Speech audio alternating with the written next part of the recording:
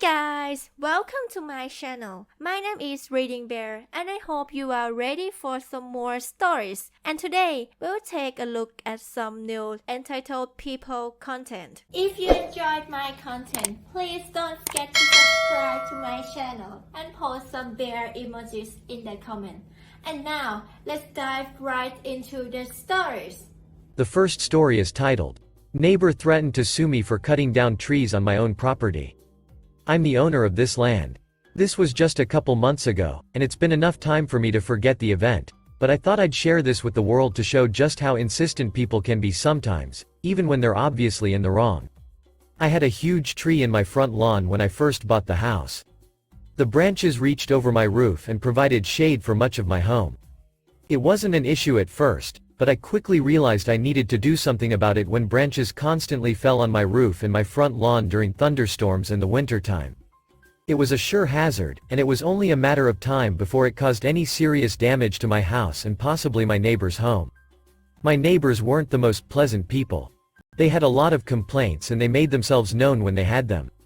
They were the kind of people that would make a big fuss if you parked your car on the street in front of them, even if it was perfectly legal. Everyone on the street learned not to mess with them. So, when I decided to call a tree removal company, I let them know that there would be trucks and a crane blocking the street in the near future. They nodded and shut the door in my face. I assumed that was notice enough and I would have nothing to worry about. I was wrong. The tree removal company arrived on a sunny Saturday morning, and within a couple hours, the tree was nothing more than a stump. I was glad I got it done, because they told me the tree was severely decayed on the inside, and it was just pure luck on my side that it hadn't fallen down yet. I went to bed happy and relieved that night, thinking I could finally focus on work without any bother. The next morning, I heard a loud knock on my door. I looked through the window and saw my neighbor, face red as a tomato.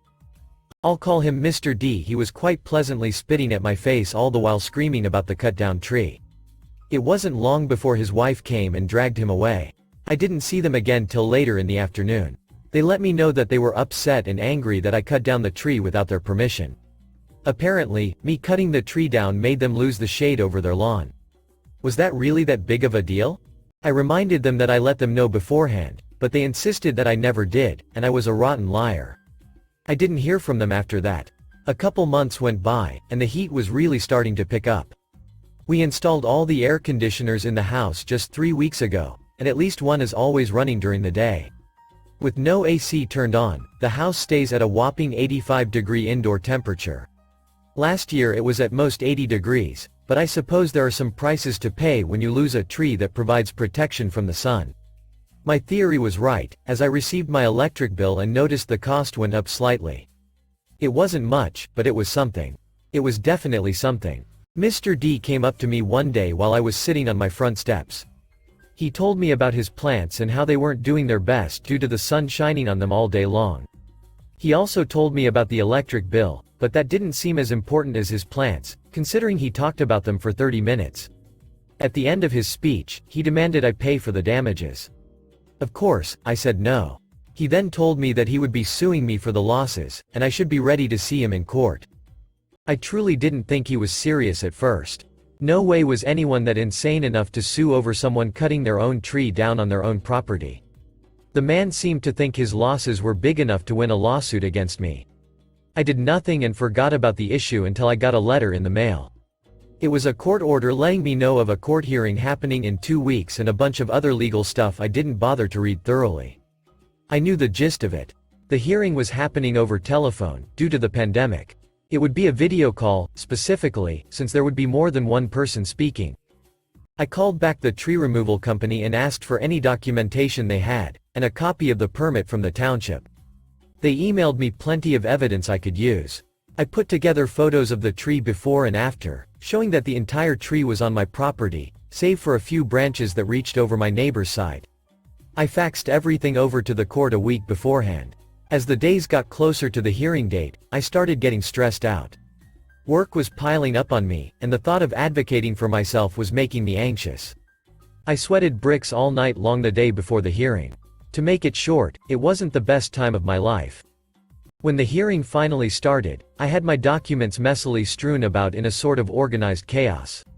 I stuttered about 20 times per minute as the judge asked me questions, but even so, I answered correctly and thoroughly. Near the end of it, the judge seemed kind of tired, though the quality of the camera didn't help much. She asked me 3 questions that seemed kind of pointless, like the only purpose of it was to reiterate how dumb my neighbor was to try and sue me, but perhaps that's just my bias. I'll paraphrase what she said to the best of my abilities. Was the tree that you cut down on your property? Yes. Was any part of the tree touching your neighbor's property? No. Was the tree a threat to your home and did you receive a permit to cut it down? Yes. With that, the hearing was brought to an end and dismissed. I got a letter days later stating that I did not have to pay the amount my neighbor sued me for, and that was that. End of story. Except, it wasn't the end for me. With all the pain that my neighbors have caused me over the years, I just didn't feel it was right for me to leave it at that and call it a day. I knew my neighbors liked their nights to be peaceful and quiet. They always made an effort to go up to nearby neighbors that were making a bit of noise and yell at them to keep it down or they'd call the police. I took a couple days to get as many of my family members to agree to a little family reunion on a Sunday night. All of my relatives lived in state or nearby, so I invited as many as 20 people for the party. It wasn't the biggest house party ever, but it was enough to tick off my neighbors. The evening of the party, cars slowly filled up the street. I let everyone know in advance to park as close to my house as possible. That meant they also parked in front of the neighbor's house. I also made sure to crank up the music as loud as possible. It wasn't long before Mr. D came over and knocked on my door. I knew it was going to happen eventually, so I took a deep breath and opened the door. Mr. D started up with the usual complaints. He went on about how he and his wife were trying to enjoy dinner with a movie while speaking with a passive-aggressive tone.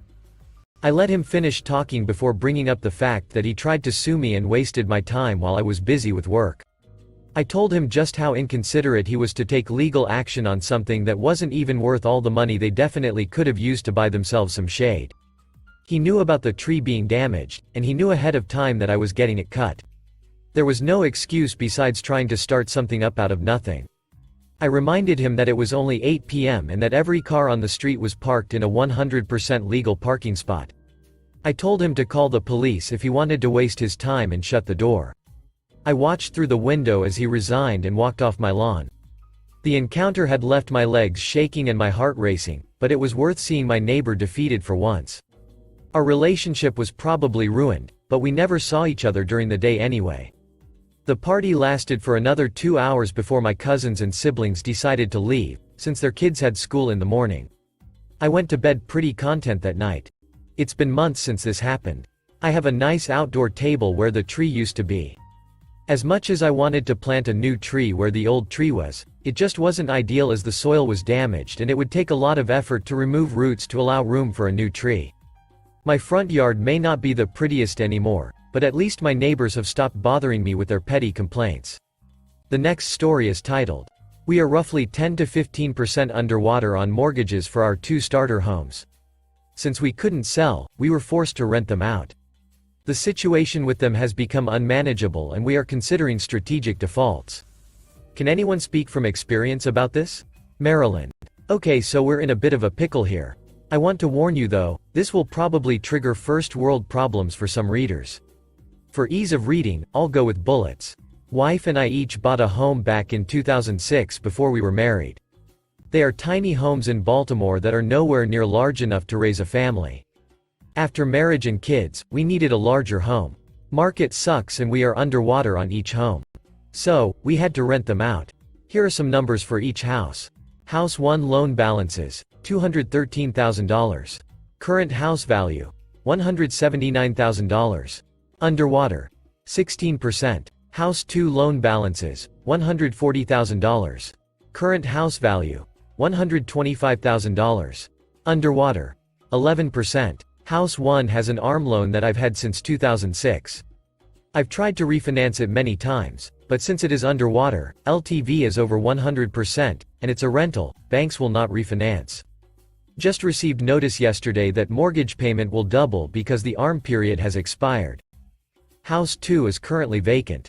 Tenants stopped paying in April and after finally getting them out of there, they destroyed the house on their way out.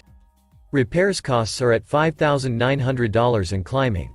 We have depleted almost all of our savings paying the mortgage and the repairs. Based on the above, we might seem like great candidates for loan modifications for hardship reasons. However, we don't believe we will qualify because our combined income is $190,000. On the other hand, we have depleted our savings over the past 6 months on these houses, between one being unoccupied and the other needing huge repairs to the AC system. Since we were never able to sell these homes, we've never had the assets to buy another home. So, we are renters for our primary residence.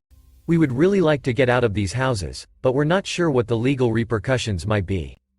Maryland is a recourse state, so we know the mortgage companies will pursue us for the deficiency after a foreclosure sale. So maybe a short sale would be better for us? My concern with that is, what if they will not approve our application for a short sale, due to our high incomes? What else can we do? We can't move back into these houses because we moved out of state for work. We are now in Pennsylvania rather than MD. Update. The update is that we were able to short sell the houses, avoid foreclosure, avoid wrecking our credit, and basically walk away scot-free. Well, we had to pay $2,000 in closing costs for each one. But considering that the differences in our loan balances on each house were $78,000 and $56,000 respectively, we were happy to only pay the $2,000. The funny thing is that the bank's initial offers were for us to pay the whole difference in cash at each closing. We countered with offers of $0 at closing. But eventually we agreed to the $2,000. One of the key concerns here is that the forgiveness of debt can then be counted as income, and result in a huge tax liability. But there are mitigating factors that can eliminate the tax liability. Since we had spent so much on repairs for the house, and been stiffed so many times on the rent, we were able to claim many thousands in losses. The other thing is that any debts that you have, in our case it's student loans and car loans, but no credit cards, can be added up to show that you are insolvent. So that's what we did, and thus we don't owe any tax. The question you might be wondering is, why did the banks allow us to walk away so easily when our combined incomes are so high, and that on paper we should be able to more than afford the mortgages even without any rent coming in? Well, that's kind of a loophole. Or something. A workaround maybe? The reason is because we bought those houses separately from each other before we were married. We weren't on each other's loans, and we weren't on each other's title. So, when we applied for the short sale, the bank could only consider the sole owner's income. Our joint tax returns with our full income weren't considered. We have also maintained separate bank accounts from each other for the entire 14 years we've been together. So, the banks had no real idea about the full income we bring in. It's actually gone up quite a bit since I posted this too. We are approaching $250 at this point. We exploited this even further though, because we claimed the full expenses for the whole family on our individual applications. You would expect that each of us would only claim half the expenses, since the banks were only considering our individual incomes. But instead, we claimed full household expenses against only one of our incomes. This made it look like the mortgages weren't affordable, and thus the banks agreed to the short sales. The loans closed months ago, and we are enjoying the freedom and prosperity of being non-landlords again. Very thankful that our credit was preserved, and that we don't have a crazy tax penalty. We were very fortunate to get out of these houses so easily. The next story is titled, "Check was stolen and forged for $13,000. Bank will not reimburse me." New York. In January of 2021, I mailed a check to my landlord. He lives far away, still in NY state, and doesn't accept any form of digital payment. The amount was $3,000 United States dollars. In February, my landlord messaged me, asking where the rent was. When I told him I had sent it, he responded he had never received it. I called my bank, Chase, to tell them the check was lost, and they said they would make sure it was voided or canceled. Apparently, they didn't follow through and have no record that I ever called to ask them for this. I then wrote a new check and mailed it to my landlord. In October of 2021, I saw a check had been deposited, reducing my accounts by $13,000 United States dollars. When I looked at it, I realized it was the lost check from January. 115.21 had been changed to 10.15.21. 3,000 United States dollars had been changed to 13,000 United States dollars. 3,000 had been changed to 13,000. Landlord's name had been changed to landlord's name, other name. Mr. Other name had signed the back of the check. The check was deposited, not cashed, so the bank presumably knows exactly who Mr. Other Name is. I texted my landlord a copy of the forged check, asking him if he recognized the name. He did not, so I called my bank, and told them about the fraud. They sent me a form to fill out, as well as an affidavit for my landlord to sign, stated he had never cashed the check and did not know Mr. Other Name. I filled it out and my landlord signed, and we submitted it to the bank. I also called the police and had a police report filled out. The bank, however, has denied refunding me my money, because I have not provided the carbon copy of the check, showing the original. However, a few years ago the bank started sending me new checkbooks that don't have carbon copies in them, so there is no carbon copy for me to send. When I call them and tell them this, they say there is nothing they can do because it is procedure. When I ask to speak to a supervisor, they say they will attempt to bypass it and I should check back in a few days, but a few days later I call back and it is denied again, and I start the whole thing over again. I have gone into the bank to talk to the branch manager, but that doesn't help, because it is their fraud department that is handling this and I am not allowed to communicate directly with the person who approves or denies these disputes, so the manager is powerless. I feel like I am just getting the runaround over and over, and it keeps getting denied. $13,000 is a lot of money. What are my options? Update. I got lots of good advice, but I decided to try one thing at a time, and the first thing I tried was a CFPB complaint. I filled it out and told them my story. The next day I got a phone call from an executive something at Chase who had heard about the CFPB complaint and would be personally overseeing the case. I told her my story and she left her number with me. Today, 3 days later, I woke up to see $13,000 had been returned to my account. During this process I discovered that the fraudulent and misspelled check was cashed at TD Bank, so it isn't Chase's fault. Chase was able to provide me with the routing number of that bank, and today I will be heading down to the police station with that number. Hopefully a detective can use that and the name on the fraudulent check to catch the guy who did it. I'm not holding my breath, but it's the least I can do to prevent this from happening to someone else. To make sure this didn't happen again, I called Chase and requested checks with carbon copy sheets, and they are on their way now. Until then I've begun taking photos of each check I write. I also write in cursive to make it harder to alter. Someone mentioned Chase had a bill pay option where they would print a check for you and mail it, but Chase has told me they only send those to businesses and would not be able to send them to an individual such as my landlord. Edit. I just checked, and it looks like the Chase guy was wrong and I can use this to send to individuals. Thank you everyone who gave me advice and upvoted my post for visibility. It feels like such a relief to have that money back so I can invest it all safely in Dogecoin. The last story is titled, "Can I take my ex-husband to court for not taking me off his student loans?" My, 25 female, ex-husband, 23 male, got engaged after 3 months of our divorce, and remarried 6 months after. We have been divorced since 2019, but he won't take me off his student loans I co-signed for him when we were married. During the divorce decree paperwork, he wrote and signed that he would take me off, and that was his debt to pay. It has been 3 years and not a single payment has been made. He has been telling me he will pay it off, but he always comes up with excuses. Last excuse he gave was that his wife is pregnant, and they only have one income now, so he doesn't know if he can take a higher payment from refinancing the loan on his name only. I told him if my name wasn't out of the loan by the end of March, we could take it to court. He didn't reply after that. But is this something I can take him to court for?